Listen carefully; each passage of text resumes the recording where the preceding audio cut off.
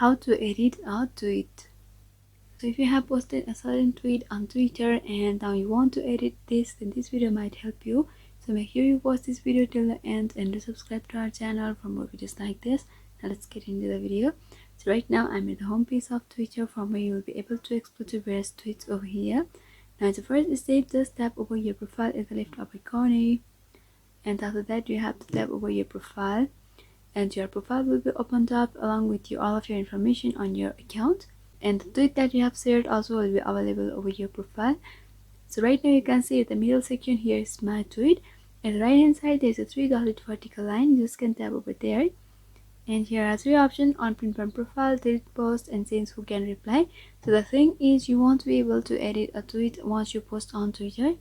You can either delete post and create a new tweet, or you can change the audience settings or the commenters on your tweet, or you can unpin from profile. That's only the thing that you can do on your tweet. That's the thing. If you really don't find it to be posted, then you just can delete it and you can repost a new one. That's the thing. So I hope this video was helpful. If you still have some queries, then you can mention down below in the comment section. Thanks for watching.